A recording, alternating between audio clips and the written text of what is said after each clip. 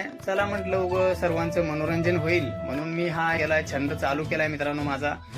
आणि त्याच्यातूनही सुद्धा तुम्हाला सांगतो काही लोकांना आजूबाजूच्यांना हे गोष्टी काही चांगलं वाटत नसतात.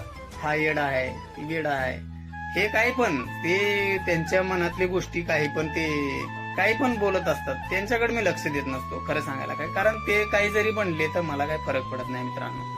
तो आपला एक छंद आहे म्हणून आपण करतोय आणि त्याच्यामधून आपली पण कुठंतरी एक ओळख वाढेल, आपल्याला एक 4 लोक ओळखावं म्हणून आपला एक छंद सादर करतो मित्रांनो.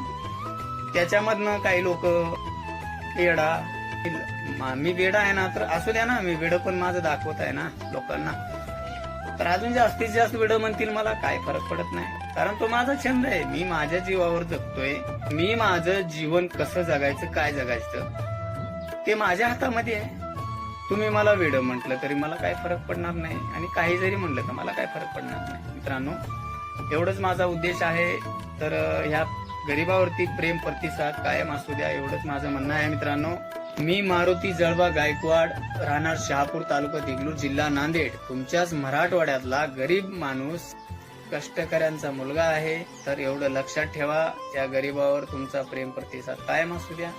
आजूबाजूचे काही बोलतात, काही हे बघा काय फरक पडत नसते. ते निंद करणारे निंदा करत राहतात, त्यांच्याकडे आपलं लक्ष.